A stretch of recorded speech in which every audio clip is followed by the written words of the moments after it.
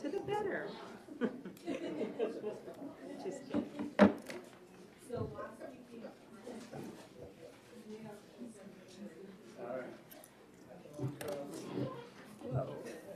So call the Senate Finance Committee to order.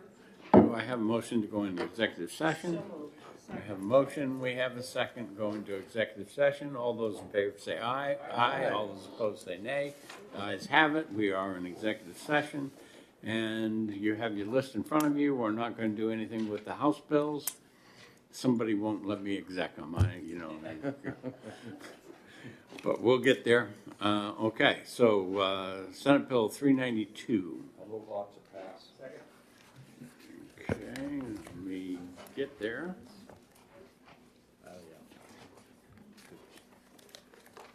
So Senator Bradley moves, ought to pass, seconded by Senator Pearl. All right, this is, if I could, Mr. Chair, one of the ones that I've asked for ARPA funding. It will be less than 3 million. I believe it'll be about $1 million. I think it's a pretty good way to use the remaining dollars that are going to come back in from ARPA. So Okay. I think we should pass it out of this committee, and when it gets to the floor next week, we would lay it on the table. I believe Senator Rosenwald moves amendment. Absolutely, Senator. So my amendment changed the backup funding source, because the first funding source in the bill was ARPA funds. If we're going to lay it on the table and use ARPA funds, we probably don't need the amendment. So we could just That's pass up and to you, table the Senator. underlying bill. Since I had an amendment from you, I wanted to recognize you, Right. give you the opportunity to bring it in. Thank you. But I don't Okay. really think we need All right. to. So we're not going to do that, and we're going to go back to the bill as it was proposed. Further discussion? Seeing none. All those in favor say aye. Aye. All those opposed say nay. The ayes have it. And who wants to take this one out? Senator Rosenwald wants to take it out. Transportation is flying, so if they get through all 5 bills, they can please us. Okay. Okay. 394. I'll move on to pass. Second.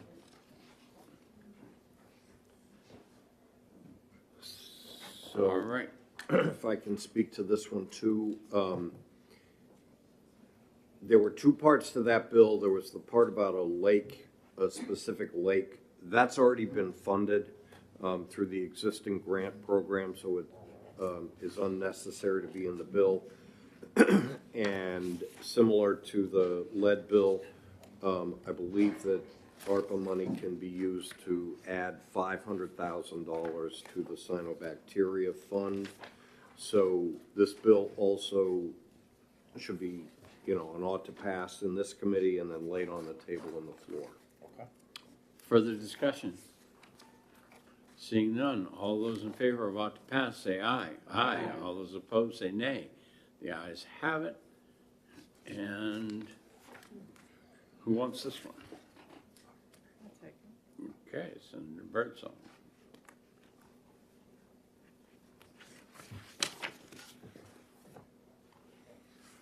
All right, next bill is, we're going to hold on 397 and 551. No, 590. 551. We're holding on 590, but 551 is the next one we're going to discuss. I made a left turn, apparently, and didn't make the proper signal. All right. So 551, if I could, Mr. Chair, I'll move on to pass. Second. Senator Bradley, seconded by Senator Innes. Senator Bradley? Like the previous two bills, this can be funded with ARPA funds. Because it's a matching grant initiative, and thankfully it's a relatively small amount of money overall, the ARPA funding will be, I believe, at $600K. Further discussion? Seeing none, all those in favor of ought to pass, say aye. Aye. All those opposed, say nay. The ayes have it, May I take this out, Mr. Chair? and Senator Ennis is going to take it out. Thank you. Okay, and as we've already said, 590 is going to be on hold. So go back to the beginning of your book again. We're going to start down through the list with 134 is on hold. We're almost ready for it, but not quite. Do you So want me to? I see certainly. Senator Rosenwald. certainly. Amen. Senator Birdsall, you're recognized. We finally have a amendment that I think everyone, the DAS, Department of Safety, the retirement system, now I'm just trying to get together with the officers to kind of go through it. I have a side-by-side, and I was going to ask Marie to schedule that this week. Looks like I may wind up being early, like next Monday, but I will have it ready for, it'll be here Tuesday, Okay. even if I have to do it over the phone with them. All right. 309, that's also on hold for right now.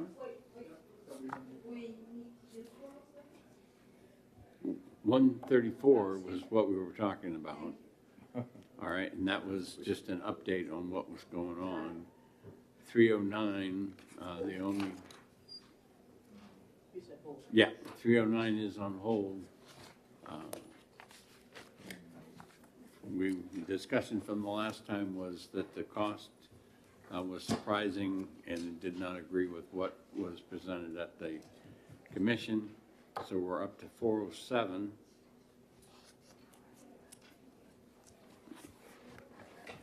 And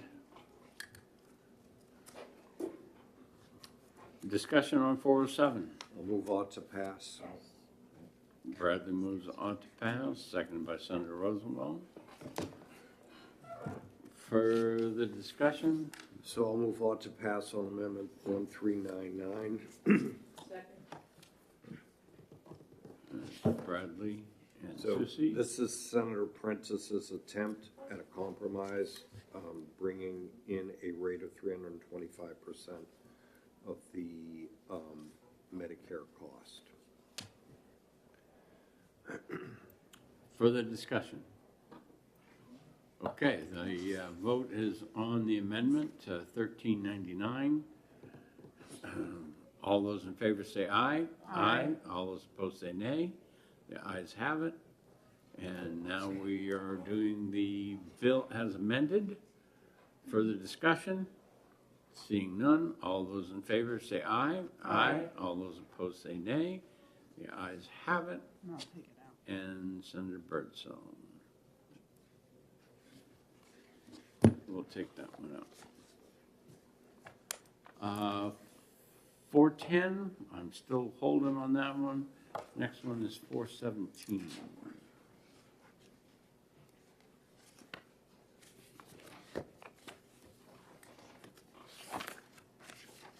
I'll move on to pass. Okay, Senator Second. Birdsall moves ought to pass. Senator Bradley seconds. And Senator Birdsall and Senator Bradley have amendments. We will vote on the amendments separately if they are both presented. And then at the end, we'll have a committee amendment if they both pass to join them together as a committee amendment. And we'll just give the audience a chance to settle.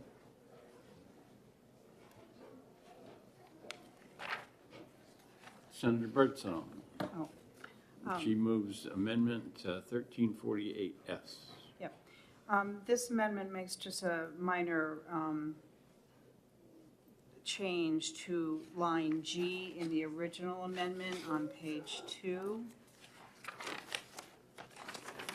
And so for discussion purposes, I will second the Oh, sorry. amendment. No, sorry, we just gotta get there somehow. So the original language says, "A parent's failure to cooperate with the department's assessment or to provide any records necessary to such a determination shall be weighed against the fitness of that parent." So my language says, "The results of the department's evidence-based safety assessment of that parent, their home, and any other adults in the home. Parent's failure to cooperate with the department's assessment or to provide any records necessary to such a determination shall be weighed as a factor in the fitness of that parent." So it shows a weight, not a determination, so. Okay, further discussion on Amendment 1348S. Seeing none, all those in favor say aye. Aye. All those opposed say nay. The ayes have it. And Senator Bradley, you're recognized. Thank you, Mr. Chair. So I would move on to pass on Amendment 1387 and do my best to try to describe it. And there may need to be folks from either the child advocate or the department to explain it, but I will second that. there is a cost to this amendment, as the department believes that the 60-day hearing for all residential placements are going to require more staff than they currently have. The same with the 30-day hearing upon a motion filed by the child guardian or an ad litem that would disagree with a placement is going to add to staffing requirements, and that it would also require all meetings with staff at residential facilities occur in person. So I think that the amendment that is in front of us right now calls for 13 additional staff. There was a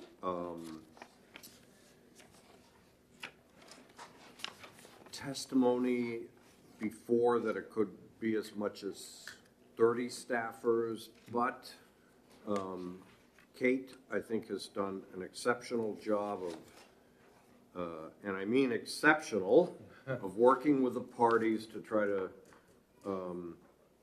get it into a cost structure that is more in line with what we can afford. My understanding is that the FY25 estimated cost is $1.23 million, and it escalates slightly in 26 and 27. So that is what the focus of the amendment does. Okay, further discussion. Senator Rosenwald. Is the department here to be able to answer questions about Yes. the fiscal? Come on up, please.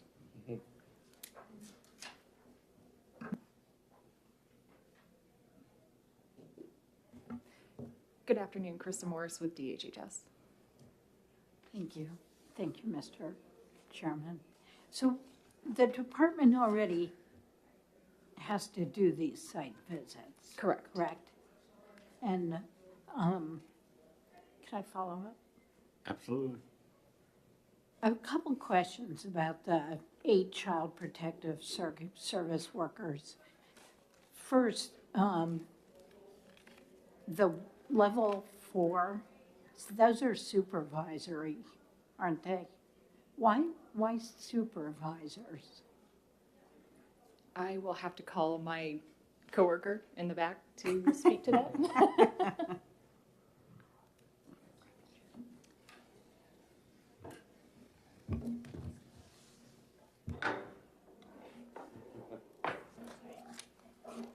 Hi, I'm Marie Noonan, Chief of Operations for DCYF. The CPSW4 is not a supervisor level. We do have supervisor 4 positions that directly oversee the CPSWs. Okay, but these are not. Then Correct. if I could follow up. Absolutely, Senator. How Continue. many funded CPSW positions are currently vacant? We have approximately 20 CPSW vacancies. Vacancies? Correct. So why wouldn't we just fund, or fill the funded but vacant positions that we already have appropriated money for, rather than giving the department more positions and more money? I just honestly don't Sure, understand yeah. that. So the 20 vacant positions are calculated into the current needs. If you recall, you may remember the prior director, Joe Ribson, made significant efforts to have our caseloads at about 12, 10 and 12 for assessment and family service. So the 20 positions that are currently vacant are not stagnant positions that sit there at all times. So they rotate as people resign, as people promote. And so those positions are necessary just to meet our current demands. So the extra requirements that are in this draft legislation would require positions over and above what we need to even manage our current workload. Continue. Thank you. But if you've got 20 vacancies, how are you going to fill these new ones? Yep, we will be putting together a recruitment plan. I mean, we rely on the department to assist us with recruitment events. We attend job fairs. And so, you know, we have recently had a pay increase for all state employees. The current pay bands have also allowed for adoption of the enhancement to the pay of the CPSW position. So we have made some positive progress in hiring for the CPSW position. Finally, one more if I could. I'll even give you two more if you Well, need them. thank you. So you're already visiting these treatment programs. Right. What specifically is going to increase the workload that means you need 8 more child protection workers and 2 more probation and parole officers? Sure. Exactly what are you not doing now? So what we don't do today is tour the entire facility where a child may have access to. What we don't do today is ensure that we meet in person with the other requirements in here, which include leadership about program culture and therapeutic programming, with program direct care staff necessarily. We will meet with whoever's with the child, but that may not be somebody working directly from their program direct care staff. We do not have in-person discussions with the clinical director or a therapist. And so those are additional in-person meetings that will have to happen. There'll have to be coordination to plan for those folks to be available. So there'll be back and forth phone calls, emails, trying to arrange for all of those people to be available while we're on site. So those are new requirements over and above what we do currently. I'll take advantage of that. Second. Go ahead, last Senator. question. So if you're not doing thorough visits now and meeting with all of the people, how are you able to determine that the places where these wards of the state are safe? We do meet with the child privately, and we will tour the environment wherever the child is, so likely their bedroom or wherever they stay. But to tour the entire facility where a child may have access could include multiple buildings, depending on the campus. There are some treatment facilities that are on one location in one building. There are others that are sprawling campuses that have educational building. They might have a medical building. They might have, various different residences where the children could frequent or be. And so the tour contemplated here is much more expansive than what we do today. In regard to the communication that we have with the folks identified for the in-person, most of those people would be communicated with by phone or email. Connecting with them, we'd require information from them for our court reports and preparation of that. So there is collaboration, coordination, and communication, but not necessarily in person, on site while we're visiting with a child. Thank you. Right, you did such a good job, you even asked Senator Birdsell's question, so. Senator Bradley, you had a question. So, I know there's been some discussion between the department and the child advocate about, you know, whether some of these tasks should or were already being accomplished with the necessary funding. But I think it's really important for everybody in this room to go back in history to when we were setting up the child advocate office, when the caseload was roughly a child protection worker had 90 cases or something like astronomically high, when we appropriated a lot of money in prior budgets to get the ratio down to the desired ratio of 12 to 1, and when it was, the easy part was appropriating the money, okay, and even that's not easy, I'm being facetious, but filling those positions was not always easy.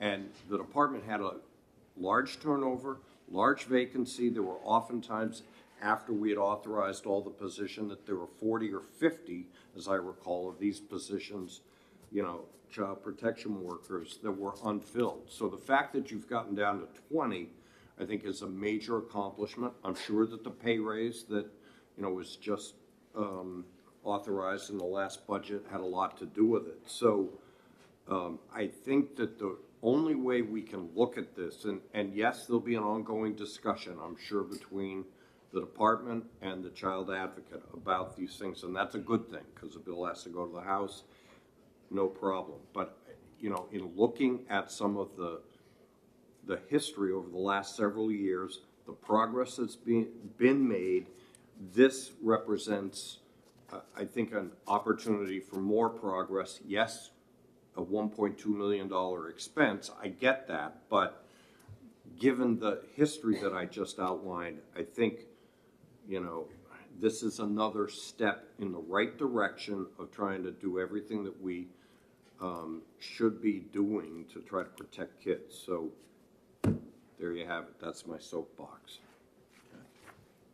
Further discussion? Okay, we are voting on amendment 1387S. All those in favor say aye. Aye. All those opposed say nay. The ayes have it. All right, and now we're going back to the bill as amended. Remember, it's been amended twice, and those amendments will be combined.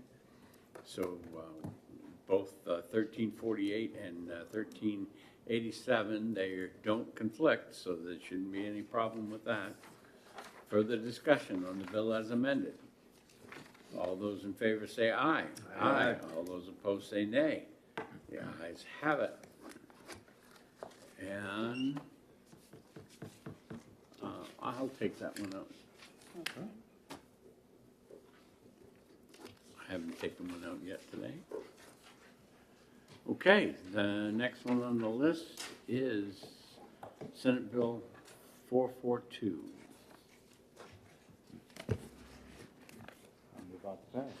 Second. Senator Innes moves on to pass, seconded by Senator Bradley. And 442 has a Lang-Bradley amendment. Is there anyone who wants to offer the amendment? Yeah, I'll move on to pass on amendment 1297. 1297, Senator Bradley, seconded by Senator Pearl. Discussion. So if I could, Mr. Chair, I'll Absolutely. just walk through the amendment. It raises the income threshold from 350% of poverty to 400% of poverty. That roughly is for a family of four from about $110,000 to $125,000. 400% of poverty is within $100 of the state's median income. So reflective of that, I think the Senate's priority, or at least those of us who have supported education savings accounts, have been that they should be targeted to families of modest means. And I think at 400% of poverty, we are really targeting the education savings accounts to working families, which I think has always been the priority of those of us who have supported that in the Senate, and that continues. There had been some discussion about re-verification over periodic times of income. Because the House indefinitely postponed that, it is not in this amendment. I think it is a fight not worth having. The second piece of the amendment is the amount that goes to the scholarship organization. So the evidence is that it's actually under 8%. So this amendment moves the maximum from 10% to 8%. I think the testimony that was at the Education Committee was that it was 7.9%, so that's reasonable. Section 3, we had phase-out grants of 100%, 50%, and 25% for schools that were losing pupils to education savings accounts. That expired in 2026. This extends that to 2029. I mean, let's be honest about what this is. This is ensuring that property taxes during the adjustment period don't go up. So it's really property tax relief. Section 4 clarifies reporting requirements by the Department of Education, the amount of adequacy aid provided, and how the phase-out grants are structured.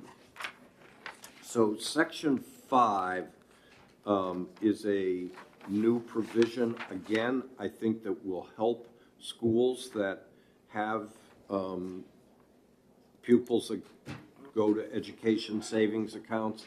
So imagine this: if you're a homeschooling parent and you are trying to teach your kid algebra and you're having trouble with it, you'd like that student to be able to attend that algebra class in their high school. Under this amendment, they would get 0.15% of ADM, or average daily membership. So again, a way of trying to help the schools with costs and, in essence, reimburse them for the services that they are providing for somebody in the education savings account. So I think this is a very reasonable compromise, and I think it's not everything that everybody would want. It's probably more than some people would like, but again, I think it's a very reasonable compromise. Further discussion? Senator Oden. Thank you. You're not going to be surprised, and I'm not going to vote for this amendment, but I think if we're really concerned about helping working families, we should take a look at the upper income level for children on Medicaid, which is 323% poverty. And here we are raising a level that's already higher than that to make it even higher. I can't go there. Thank you. Okay, further discussion? Seeing none, we're voting on Amendment 1297. All those in favor say aye. Aye. All those opposed say nay. No. And the ayes have it. And now we are back to the bill as amended. Further I'll move on to discussion? pass as amended. That's already done. Oh, I'm sorry. Ennis, and then you seconded. All right. Okay. Further discussion, seeing none.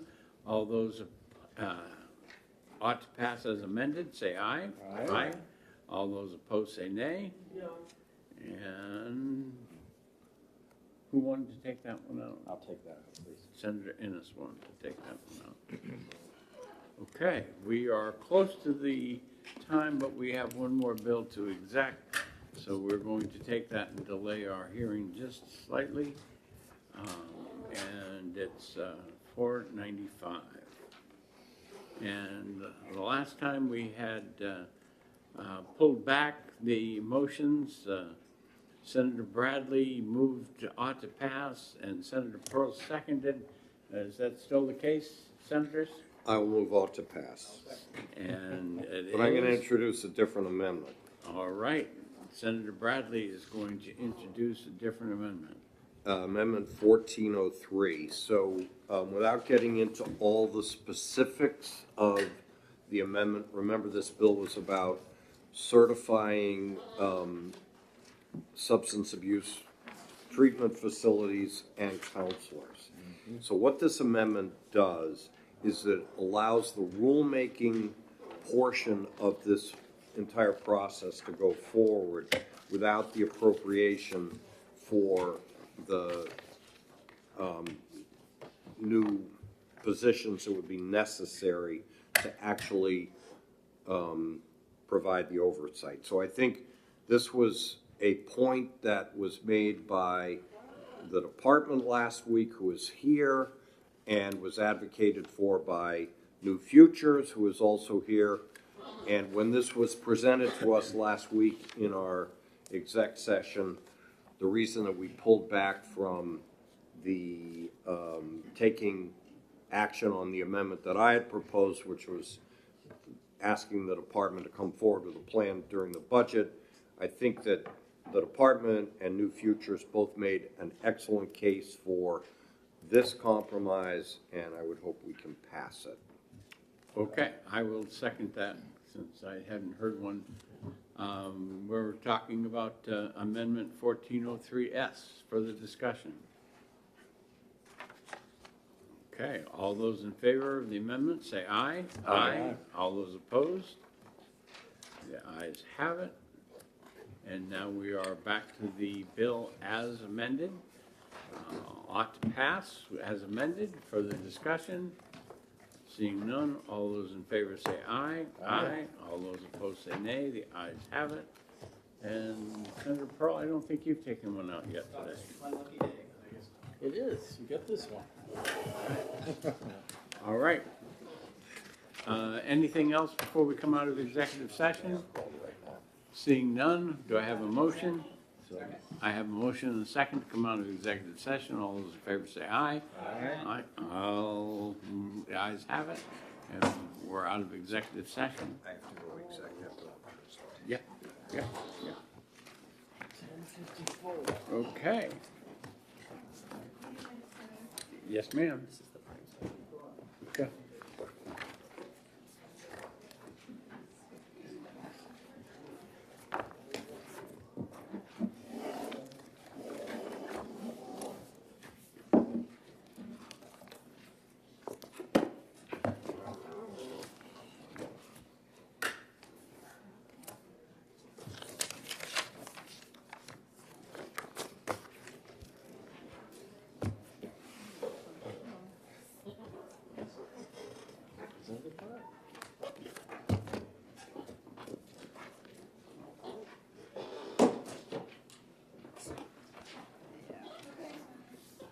Okay, and I think we have the prime sponsor. You can introduce yourself and the bill.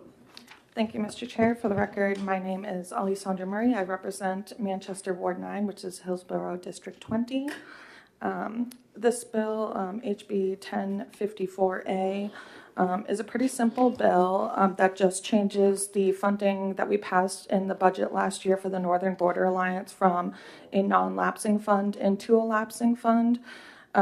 The purpose of this is because the House was pretty split on this program when it came before us, and it's a new program that at the time of its institution, we did not have a ton of data to back it up. And from my knowledge, most of the funds being used or the way they're being planned to be used in this current biennium is towards training purposes. So it is likely that there's going to be some leftover funds. And I believe that it makes sense for those to lapse into the general fund, and then the next biennium we can assess the program's success or not and determine, the amount of money that's needed moving forward. But I think that, for those reasons, it makes sense to change the lapsing or the non-lapsing fund into a lapsing fund. But that's about it. It's pretty simple. Questions from the senators? Senator Rosen. Question for the LBA. Okay. As I recall, It was a House Bill 2 appropriation.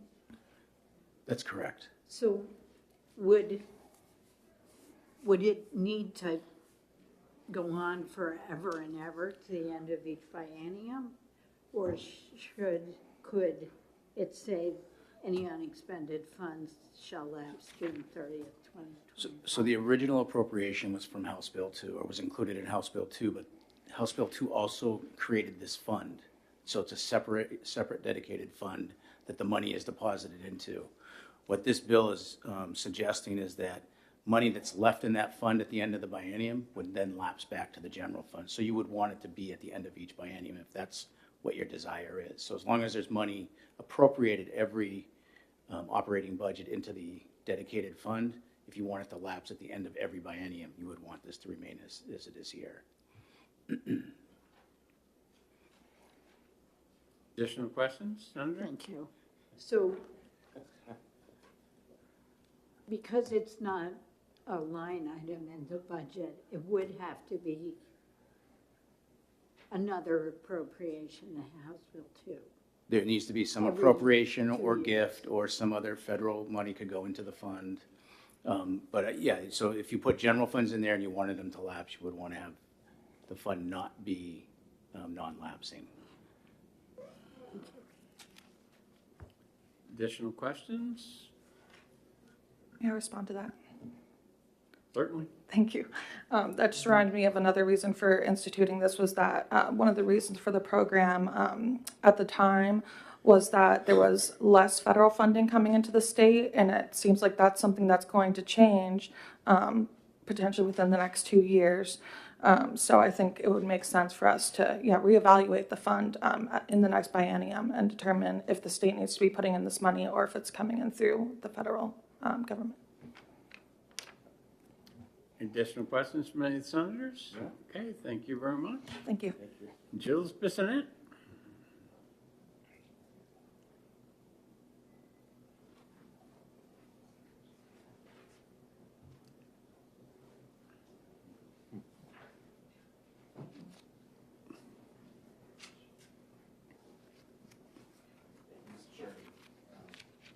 You need to hit the button, Gilles. Great, thank you. You're out of practice. I am, and it is my first time, I think, ever before Senate Finance, to be honest. So it's good to see you all. Thank you for the opportunity to be here. Gilles Bissonnette, I'm the legal director at the ACLU of New Hampshire. We support this legislation, and that's because I think it's important, because this is a new fund, to monitor the efficacy of this type of program on an annual basis, and if the money's not used, for it to go back, and of course there could be subsequent appropriations. But I think this is, accountability here is important, and I think this bill does that. And that's because I think there are just some legitimate questions that certainly the House had as to whether or not this program is necessary. And I'll just kind of give a few data points on that. Now, I think this has been principally styled as a program that's necessary to address immigration, though I think probably on the ground it's being more used for general crime enforcement. It's hard to tell because it is a very new program, and patrols only started back in mid-December of 2023. But based on some of the data that we do have, it does seem that the number of apprehensions and encounters, at least before this program started, with respect to individuals who are perceived to be undocumented, the number is pretty small in New Hampshire. And I think for a 15-month period between October 2022 and December 2023, Border Patrol only had 21 or so encounters or apprehensions. And of course, the foundation of this program, right, was the notion that there's been an increase in SWAT sector apprehensions and encounters, during that same time period. But of course, SWAT sector includes not just New Hampshire and the 58 miles of border that we have in New Hampshire and Canada, but also includes Vermont and New York. So what we have been advocating throughout as this program was being put forward is, well, just kind of what's the New Hampshire data? We have kind of the denominator of all of the SWAT sector apprehensions and encounters. What is the numerator of that in New Hampshire? And it does turn out that number is pretty small, only 21 during that 15-month time frame. We also do, at least to date, we're still learning about kind of how this program is is unfolding. I have attached to my written testimony the January 22nd, 2024 report from the Department of Safety. It's the first report. There's semi-annual reports. We'll talk about this on the next bill, right? There's semi-annual reports that come out concerning what's going on with this program. And I just did want to flag that at least during the first 3 weeks of this program, between December 10th, 2023 and December 31st, 2023, there were 22 patrol shifts with apparently 79 encounters, and those includes motor vehicle stops, pedestrian warnings, criminal investigations, summons, and arrests. There were 2 arrests of those 79.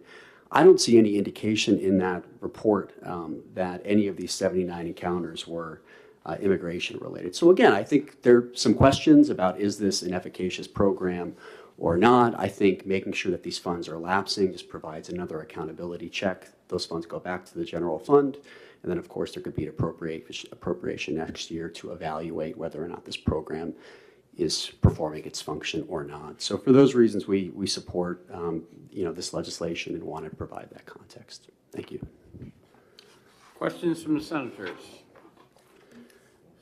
When this data was presented on the floor, certainly I took exception to some of the things because there really isn't supporting data either in what was presented on the floor or what you've got here.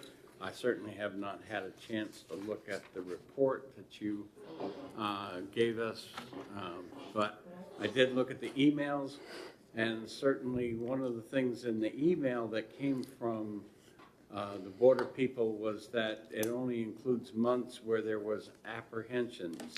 So to characterize this as all of the encounters, it's not supported by that email because it only includes data from months where there were apprehensions. Do you concur with that? I fundamentally disagree, and that is something that we heard after we made public that email that we received from Border Patrol. I have attached that email from Border Patrol on page 1. Yeah.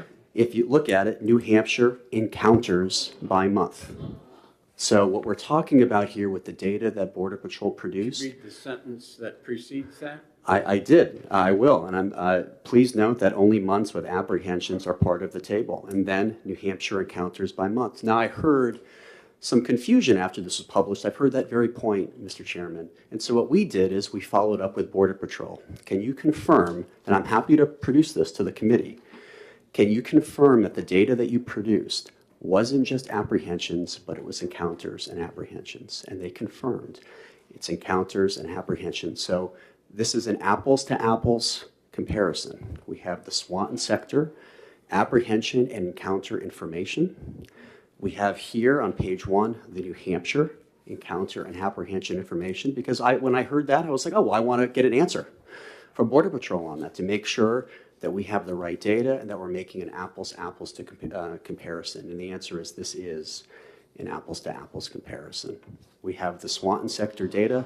We have the New Hampshire data now. Thank you. But that's not supported by the email. It is. Continuing on. Well, I'm happy to respond, but I don't agree with your statement, Mr. Chairman. I understand, but the email, what it says is that it only includes months where there are apprehensions, so that there could have been encounters per this email. And yes, you have told me that you have confirmed it with them, but I can't. Can I get the email? I printed it out in my. If you can have it distributed to us afterward, because I'm done with that one. I'm going to get it, and I'll just be right back. It's right here. Sir, I asked you so that I could go on, Jill. I'm just trying to respond to your question, Mr. Chairman. Thank you. Where is the nearest border station to New Hampshire? Is there one in New Hampshire? There is a checkpoint in the Pittsburgh area. I think the Swanton station. I think it would be a border station. Why would it not be? It is a checkpoint on the border. Because there's only 8 in the Swanson sector, and the last border section is actually in Vermont. Mm-hmm. It's not far from New Hampshire, but that leaves 58 miles in New Hampshire, which is 19 point whatever %. of the border in the Swanson section without and it also talks about that section that it occupies 2 rooms and an upstairs of the station that is there. Again, none of that data gives me confidence, that the Border Patrol is doing a good job. So again, I'm willing to and go over this stuff with you, but Sure. I have looked at it and I have tried to understand it and have tried to say, does the data that's been provided to me, and I will look at that report, this evening or probably during the snowstorm because we have it Fair coming enough. up. But again, I am very interested, engineers like data. Sure. And engineers like to make sure that data is supported. And the information that I was able to get online doesn't support it. Even yourself, you said that after reading the email, you went back and tried to get some support. And I'd be happy when you send me that email. I will. To be able to do it, okay? So Can I respond to the question, if I may? Absolutely. Sure. So, again, the email that I've sent to you on line 1 says encounters. It says it specifically. I will forward the email to the committee where Border Patrol is confirmed after I asked for confirmation that the data that's produced on page 1 includes apprehensions and encounters. Now, with respect to the notion that the Swanton sector station that covers New Hampshire is in Vermont, that is accurate. Those Border Patrol agents that are based out of that station regularly patrol New Hampshire and, in fact, have apprehended some individuals, albeit a small number, and that's where the 21 figure comes from. Those were apprehensions that occurred in New Hampshire by Swanton sector Border Patrol officials. Yes, Border Patrol officials that are right across the border in Vermont, but have easy access to New Hampshire and regularly patrol the area.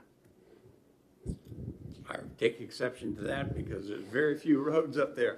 So easy access to the border, whether it's a patrol or not. They're there all But the time. anyway. Thank you. Did you have anything else? No, I to- don't. Thank you, Mr. testimony? Chairman. I appreciate it. Okay, does any of the other senators have questions on the testimony? Okay. Oh, Senator Birdsall. Thank you, Mr. Chair. Thank you for taking my Thank you, question. Senator. Does your information here, does that include any of the gotaways?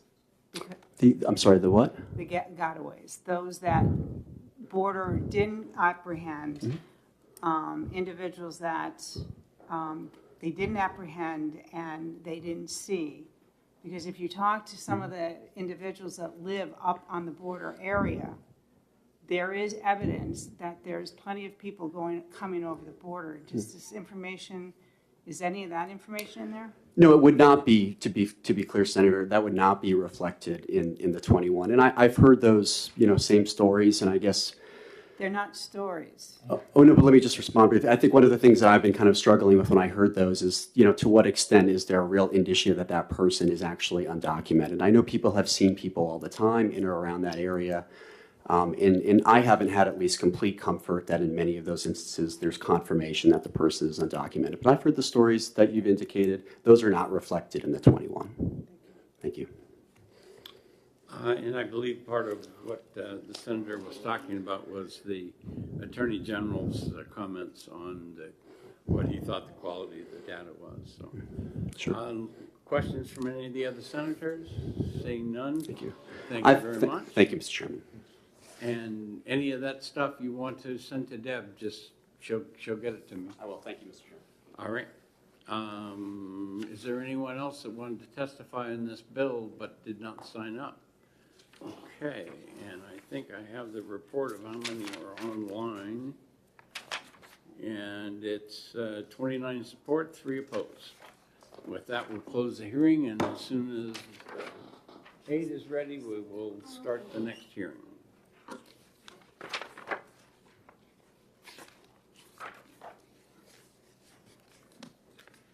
Deb, I want a second copy of that to take with me. Yep, no problem.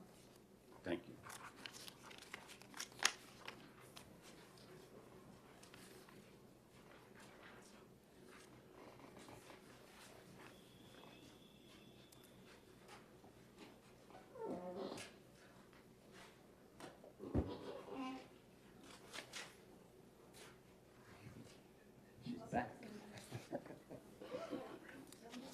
You're all set?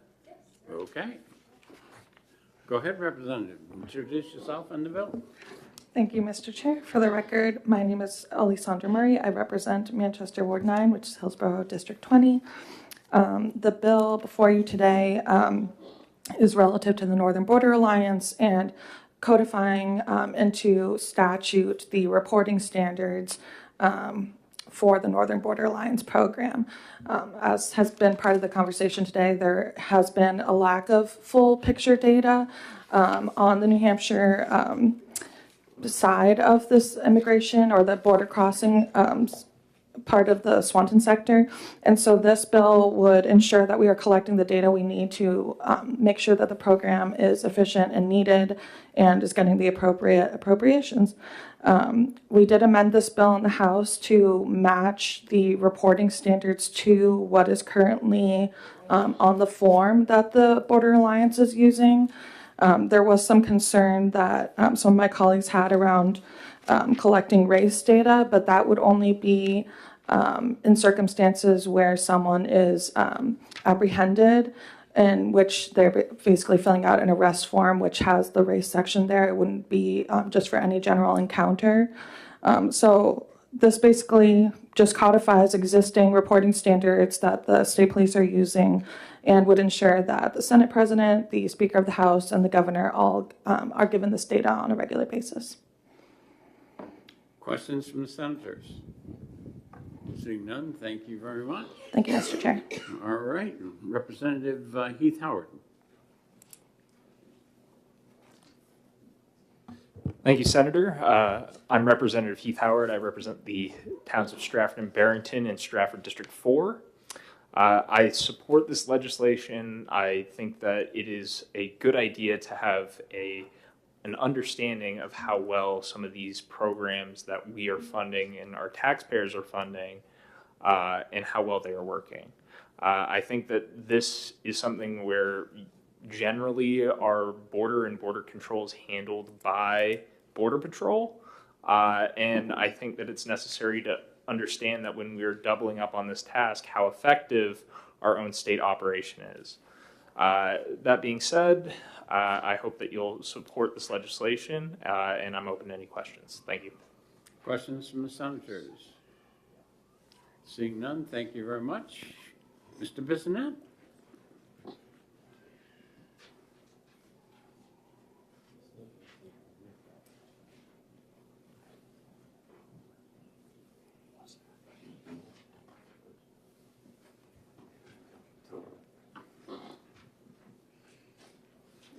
Eight over there. Oh.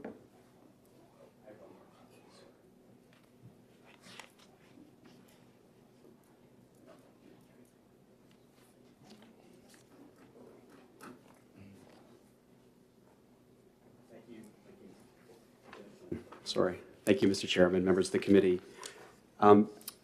Gilles Bissonnette, Legal Director for the ACLU of New Hampshire. This is a bill that we support, I think, for many of some of the same reasons that were in my prior testimony. I think we continue to have concerns, based on the limited data available about this program, and as a result, we think some additional reporting requirements around it would make a lot of sense. Now, what this bill does is it adds some additional reporting with respect to aggregate data concerning municipality and country where the person resides, and it also adds reporting requirements for those who are arrested and cited. The report should include the race of such persons to the extent such information is indicated on the complaint or citation. And so I think just one of the concerns that's existed by folks that have concerns with this program is to what extent could racial profiling occur under this program if, in fact, local law enforcement are kind of deputized to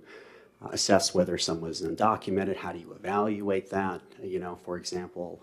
And so I think because of some of those concerns which have existed, obviously, with respect to Border Patrol, I think having some sort of indicia of race to see whether or not there could be or maybe isn't profiling could make some sense. So I wanted to make sure that people kind of understood just what the rationale was for that. And I do want to be clear as well that this is not designed to burden law enforcement in any way, but rather simply giving the legislature some additional data points with respect to this program. And so just to be clear, in fact, race is something that exists on like the complaint form when a complaint is filed against someone. Now, it's not always checked off in some cases, but it is something that exists on the complaint form. So when it is recorded, that is something that would be reported. It doesn't mandate that it is recorded. All this bill does is say if it's collected when there's an arrest or summons, that's just an additional data point that should be provided. So I just want to be very clear. This isn't a mandated collection legislation. It's just a piece of reporting legislation if, in fact, that information is collected by law enforcement. So I just wanted to highlight that. And I did just want to say that the email I was referring to, and I will circulate it to the committee, with respect to the encounters and apprehensions numbers is dated February 6th, 2024, where Counsel for Border Patrol informed the ACLU that they've received confirmation that the New Hampshire statistics provided to the ACLU on January 31st, 2024, include both apprehensions and encounters. Thank you. Questions from the senators? Yes, sir. Senator Rosenwald. Mr. Chairman, Jill, the information that's required to be reported starting on line 4 and going through line 9, is any of that new information from what the Department of Safety is already collecting? I think that's a great question. And so we've already seen one report so far, which is attached to this testimony at page 2. And so what you will see on page 3 is a list of activities, motor vehicle stops, PED contacts, which is pedestrian contacts, warnings, etc. That information, which seems like it's already being produced by the Department of Justice, would cover information in this bill lines 4 through 5, which is the report shall also include the number of persons arrested, persons cited, and persons subjected to a field stop warning. So while this may not be in the current law, it seems like it is being reported. Since it is being reported, at least I wouldn't see an issue of just putting that in the statute so we can ensure that that continues. With respect to municipality and country, that is not something that's currently mandated, nor does it look like it's something that's being reported based on the first report. And with respect to race, that is based on the first report, not something that is included. And obviously, we would support that inclusion. Senator Ennis, you had a question. So if you could help me understand again, you testified, but I want to hear again, why are we including race as a measure here? Sure. So I think there's some concerns when you're patrolling an area, and let's assume you're doing it to evaluate whether or not individuals may be undocumented. Someone may have crossed the border as opposed to someone who might be hiking in the North Country, which people do all the time. I think there's a concern that when decisions are made with respect to, when to engage in a stop, that there might be reasonable suspicion of criminal activity. That baked into some of those decisions implicitly, I'm not saying people are overtly or maliciously doing this, but part of that calculus could be, is that, a black or brown skinned person as opposed to someone who might look like me who's hiking in the Pittsburgh area. And so I think one of the things that we're just trying to do with this piece of legislation is, maybe because the reports actually report state offenses that are not immigration related, if there were significant disparities there, for example, those people who are citizens but are being picked up for speeding or other types of concerns, if they're people of color, that maybe we have an issue or maybe we don't.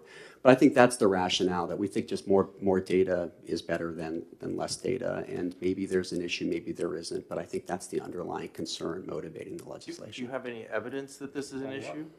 Thank you. Not under this program, because we don't have the data one way or the other.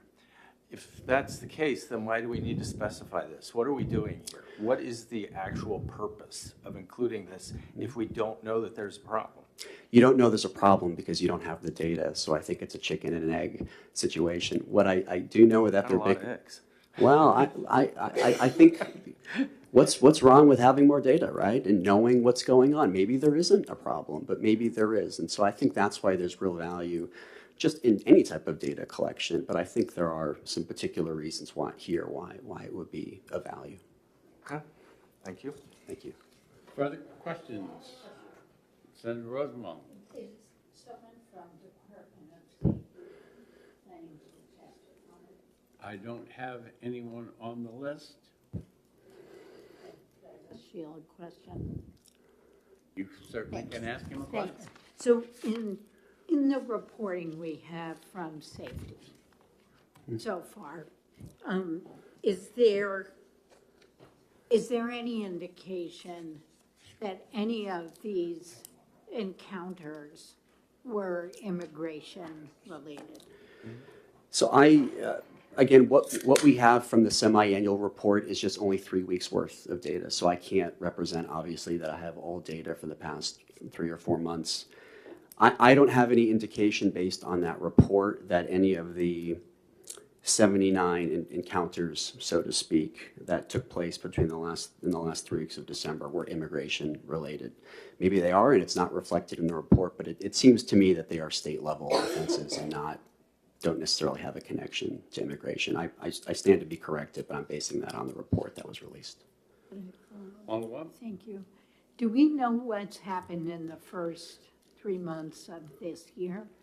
Do we have any further data? So I actually haven't looked at it yet. I'm trying to get activity reports. So I will submit that if you look at page 4 of my testimony, there are it's a blank activity report. And my understanding under this program is that officers that are working under this program, when they have some sort of encounter, they document it. It's part of the policies and procedures that have been designed to implement this program. And I'll be honest, one of the things that I'm going to be trying to do is look at those activity reports to evaluate that. I just haven't had an opportunity yet to review those that were released just a few hours ago. Thank you. Could I ask a question of the LBA then? I'm going to put you down at the bottom of the list for Thank that you. one because Senator Susi and Senator Thank you. Innes have been waiting. Senator Susi. Thank you, Mr. Chairman. Attorney Bissonnette, when we're talking about the issue of race being reported, those are only in the incidents of arrest or citation and only to the extent provided. So we're talking about a very narrow. Yes.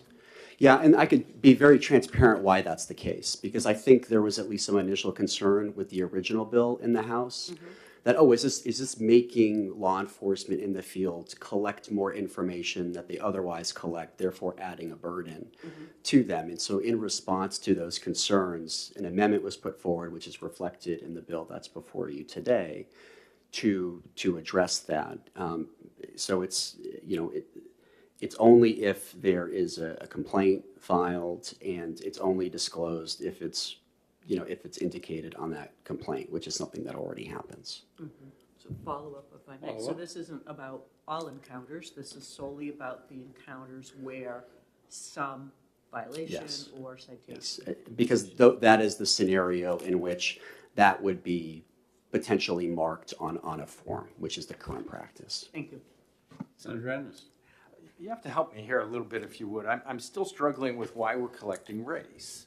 I mean, let's say that we find that 80% of these situations, it is a black or a brown person. It is a border, after all. What then? What's that telling us? Yeah. How is that giving us useful information that we can then take somewhere to improve a situation? I don't understand that. Well, I think the concern, right, is that there are disparities, that there could be disparities. It's true, it's a border, but What kind of disparities? Well, I'll kind of give you an example. You said it's a border, so there might be black or brown people.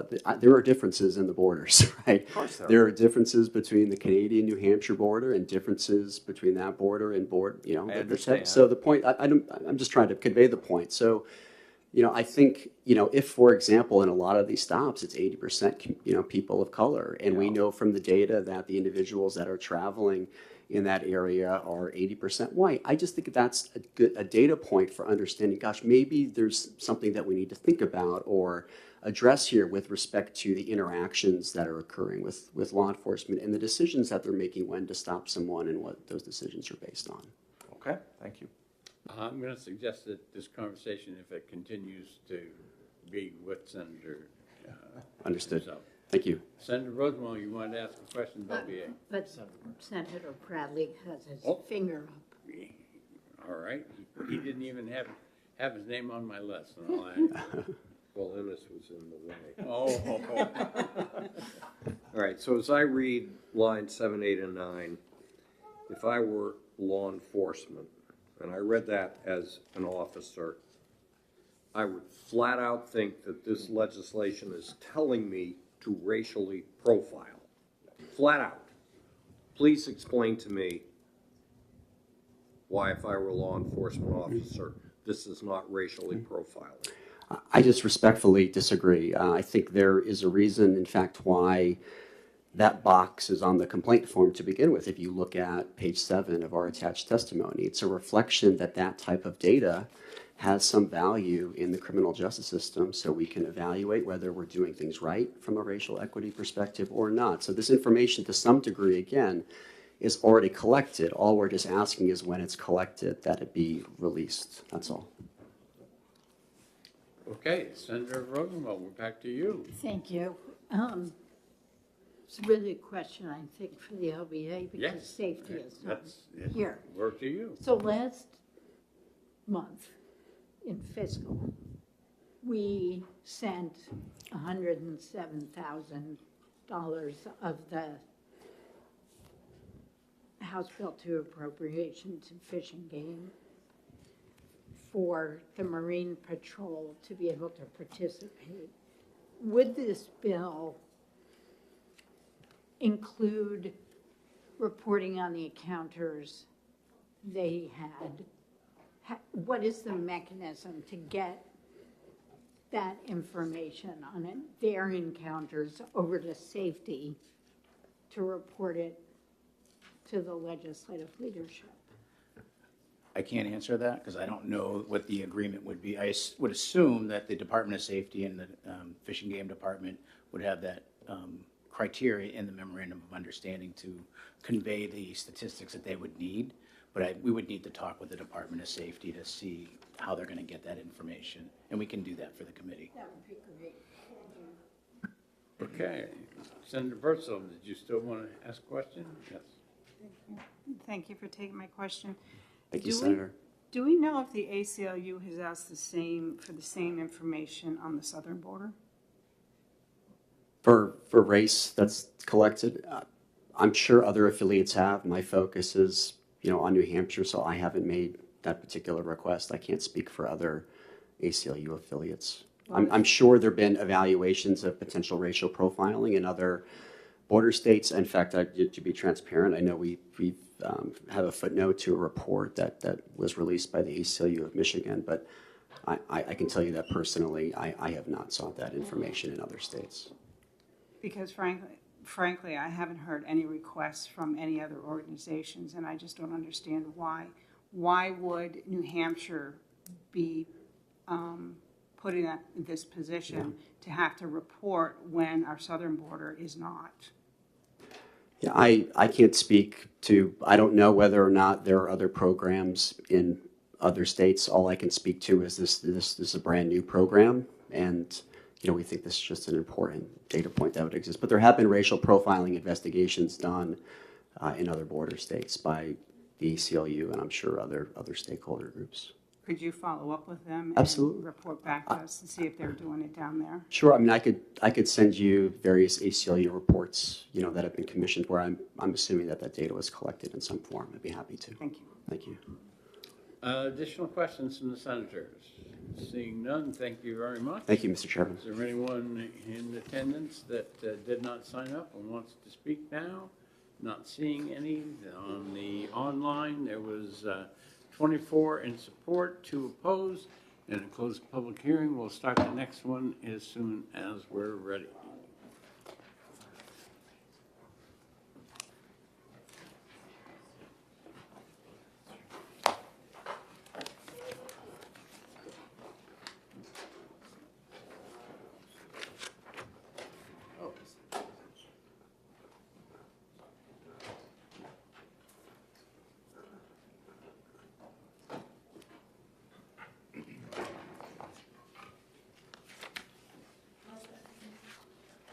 Okay. Representative Run?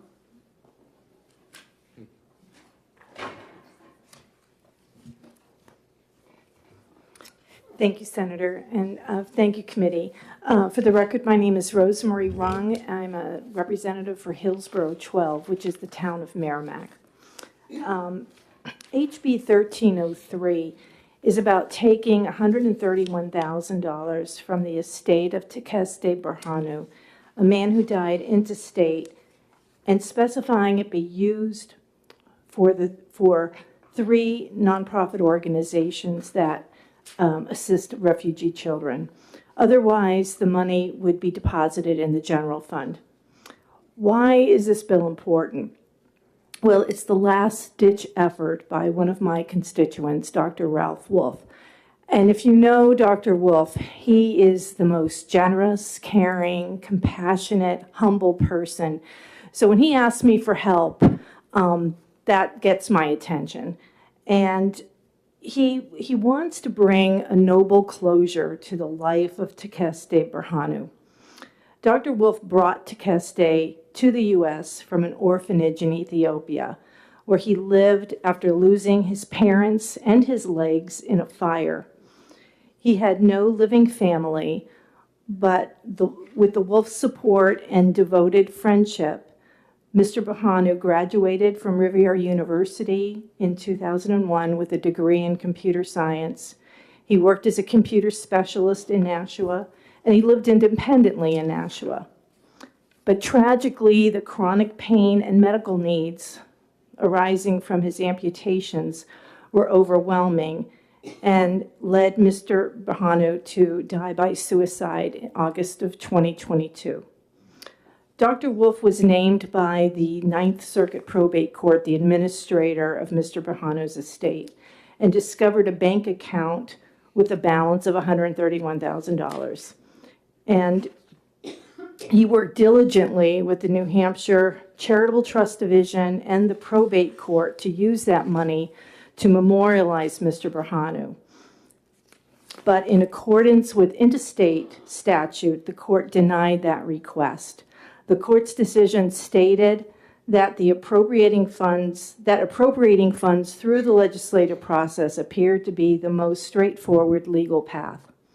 Dr. Wolf and I agreed that directing the funds to a department within state government and which serves the intent of Mr. Berhanu would be appropriate, as the department already operates the New Hampshire Refugee Program under the New Hampshire Health and Human Service, under the Department of Health and Human Services. When this bill went before the House Human Service and Elderly Affairs Committee, the testimony from DHHS made clear that administrative costs would consume most of the funds. The House committee, in its wisdom of a subcommittee, amended the bill to direct the funds to 3 well-established organizations that serve refugee children. So this bill is honoring the life of a man who, despite facing unfortunate tragedies and challenges, contributed to New Hampshire, and he lived with dignity, perseverance, humility, and frugality. It directs the money he earned and saved to make it easier for other immigrant children to make the U.S. and New Hampshire their home, like Mr. Berhanu once did. I ask that you recommend this bill, HB 1303, ought to pass, and I would be happy to take any questions. Questions from committee members? Senator Rosenwald, then Senator Susan. Thank you. How did you decide to split it 3 ways? It might have had more impact 1 or 2 ways. Well, that wasn't my decision. It came out of the committee. Originally, my intent was to have that money stay in state government and have it being administered through the Department of Health and Human Services, because they already administer a program for refugee children. But the Health and Human Services Committee, when they heard testimony from DHHS, realized that the administrative costs would consume almost all of the funds. So they had set up a subcommittee to look into this further and decided, well, the intent is really to help children that are immigrating to the U.S. And there are organizations that do a really good job of that already. So why not direct the funds to them to support their programs? And I know there is a representative who was on that subcommittee, and she signed up to speak. So she could probably answer that question directly. Senator Susie, you're next. Thank you. I think you indicated in your testimony it was the judge's order that directed potential legislation. Are you aware of any other instance where the state has done this? No, I'm not. I'm not. I do know I did go to probate court with Dr. Wolf, and we tried to get it resolved there through the judge's order, and she was extremely empathetic. She wanted to make it happen, but it would be in violation of our RSAs. So she said really legislative action is the only avenue to get that money used beyond just going into the general fund. Thank you. Additional questions? Seeing none, thank you very much, Thank you. Representative.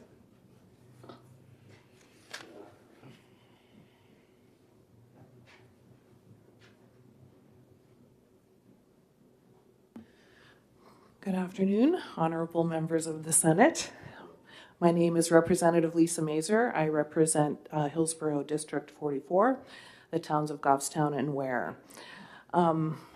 As Representative Rung mentioned, I was one of the members of the subcommittee, and I was happy to be assigned to that.